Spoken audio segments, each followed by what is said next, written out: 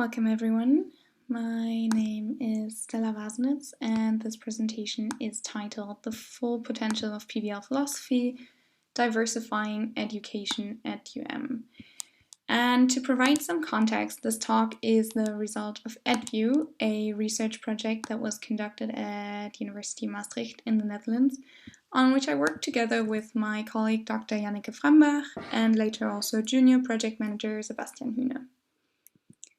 In light of the university's 40th anniversary, the aim of the project was to reflect on the current state of education within the institution and also to establish a shared vision on the future of education at UM in light of the university's commitment to problem-based learning.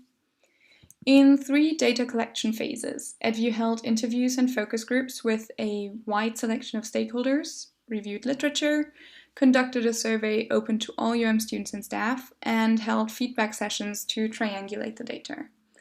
Given the limited time of this presentation, I won't elaborate on the methods much more, but I'm happy to answer questions about that later. First of all, the EdView results show that many students and staff stand behind UM's choice for PBL. Specifically, the EdView survey, which was completed by 1,743 students and staff from all faculties, showed high satisfaction scores of respondents' experiences with the educational method being PBL. For example, 4.1 was the satisfaction score with education in general on a 5-point Likert scale. More specifically, a 4.0 satisfaction with PBL as a method. This resonated with EdView's qualitative data, which further explained that these high satisfaction scores mainly referred to the PBL philosophy being based on constructive, so the integration of knowledge network and activation of prior knowledge, the collaborative learning in groups and discussions through exchange with other students and the staff, contextual learning, the application of theory to practice or learning through a problem, and self-directed learning, the learning in which a student can shape their specific learning paths. This can also be seen in some of the quotes. So when students said, "Even though I am not a big fan of PBL, I still think that it is a better way to learn than the lecture-based system. We still have to think for ourselves and all the time reevaluate what we learn." A staff member said, "It is debatable indeed, but I do believe that discussing in small groups gives them the substantial skill that is important in the labor market nowadays, in groups to open up and deliver their thoughts on the spot and be open to accept other points of views. It takes them 1 point further." On the other hand, EdView survey respondents were least satisfied with how PBL is carried out in practice. This item scored lowest overall with a 3.4 on a 5-point Likert scale.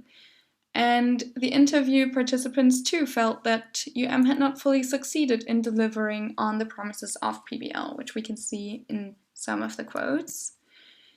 Even with finding learning goals and writing essays and all of that, it still very much depends on figuring out what your tutor wants. So I still feel that it is not that genuine a lot of the times, which addresses this point of self-directed learning. So now, you just have tutorial groups with sometimes even 20 people. I feel that the core of PBL kind of gets lost when you have so many people in your tutorial group. The assessment methods discourage PBL-style learning. Knowledge about PBL, the process, what it is good for, is lacking pervasively. In my opinion, the statement of PBL as instructional method at this faculty is largely false advertising. In some courses, faculty is forced to use the PBL method, even though this might not be the best approach. It is taboo to question or slightly alter the PBL method publicly. So, participants experience challenges related to, for example, the 7 steps format, for example, staff capacity, the alignment with assessment, tutorial group sizes, applying PBL in different disciplines, but also a mismatch between how PBL is introduced and communicated, and what students and staff actually encounter in practice. It stood out, especially in the qualitative data collection, that when we currently talk about PBL at UM, we often mean the 7 steps like tutorial structure.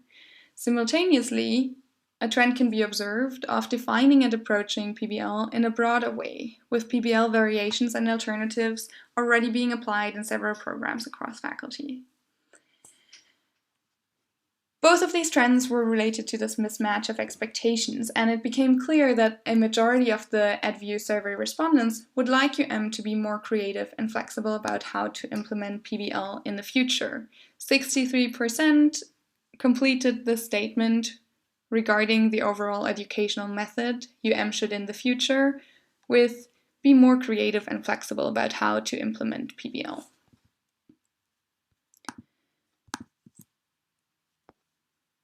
So, a couple of quotes, again relating to this and making this a bit more clear. If you stick to just one model without adapting to the world as it passes by you, you're going to be obsolete in no time. Another staff member said, I think that the starting points from which PBL was built are still great starting points, and we, teachers and students, should be made much more aware that we can operationalize those starting points in many different ways. Variation also makes it much more fun. We have to get rid of those rituals, and those dogmas or rituals came back in several of the interviews. So, a shared educational vision does not take any specific PBL format or structure like the 7 steps. A diversification of education is thus necessary in order to achieve the full potential of PBL philosophy. The philosophy of PBL, this constructive, collaborative, contextual, and self-directed way of learning, just like the course or program objectives, should serve as starting points for educational design. Importantly, this means that the philosophy is also a dynamic and shared framework that drives continuous debate and dialogue about educational quality and improvement.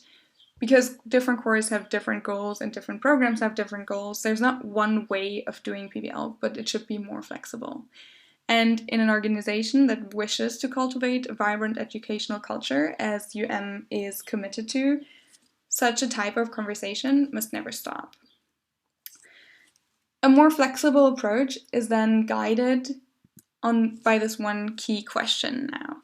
Following the philosophy of PBL, again, the contextual, constructive, collaborative, and self-directed learning, how can I design education in a way that best achieves the intended learning outcomes? And EdView put together a list of specific do's, don'ts, and don't knows, a very comprehensive list of things that range from designing education to coordinating education, over teaching to marketing and communication, leadership, and human resources, suggesting different attitudes and actions that are needed if we commit to the view on education that I described before and that we condensed from this research. I won't have time to go into all of these in detail, so I'm going to focus on designing education, but the entire list of do's, don'ts, and don't knows is available online, just like the position paper. So I'm just using this to kind of indicate where the direction of the do's, don'ts, and don't knows. So aside of the obvious broader do of follow the philosophy of education, an example of what seemed to be very important is to consider that you are designing education for a new generation, meaning to consider the role of technology in your specific course and in your specific context. How did that change in the field over the last years? What is this new generation of learners? How do they learn? What do they need and require? But also, what's the role of cultural diversity and internationalization in these contexts, just to name a few. On the other hand, a broader PBL approach or a broader philosophy of PBL is not the same as anything goes. So committing to the specific learning principles does not mean that anything can be justified, but the philosophy and the 4 principles that I mentioned earlier are important as really a guiding framework and should be respected. More specifically, this also means that assessment is important to be considered and should not kill the educational design that is based on these 4 principles, but instead it should be made part of it, meaning that assessment should contribute to the student's learning and is not merely a method of testing.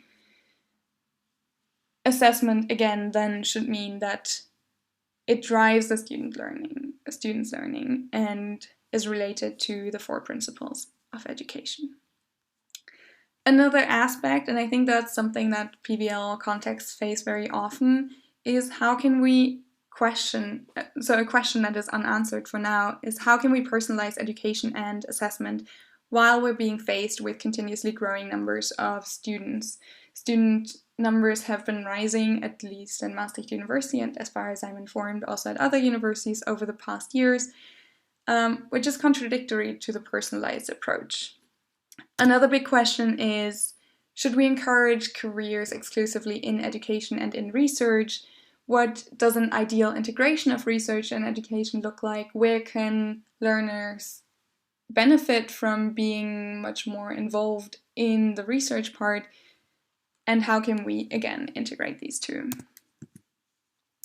So some of the project outcomes and takeaways, very specifically, the output was a symposium, an established task force, a lot of conversation, but a huge part were the empirical perspectives that validated certain sentiments and the ability to address these sentiments, but also specific challenges related to that, because they were explicit and laid out on the table. And in that sense, the project served as a starting point and basis for discussion and change, and enabled the UM culture to be much more diverse when it comes to its PBL approach, and therefore hopefully provide better and more satisfying education for students and staff. Thank you very much for your attention, and I welcome any questions or comments.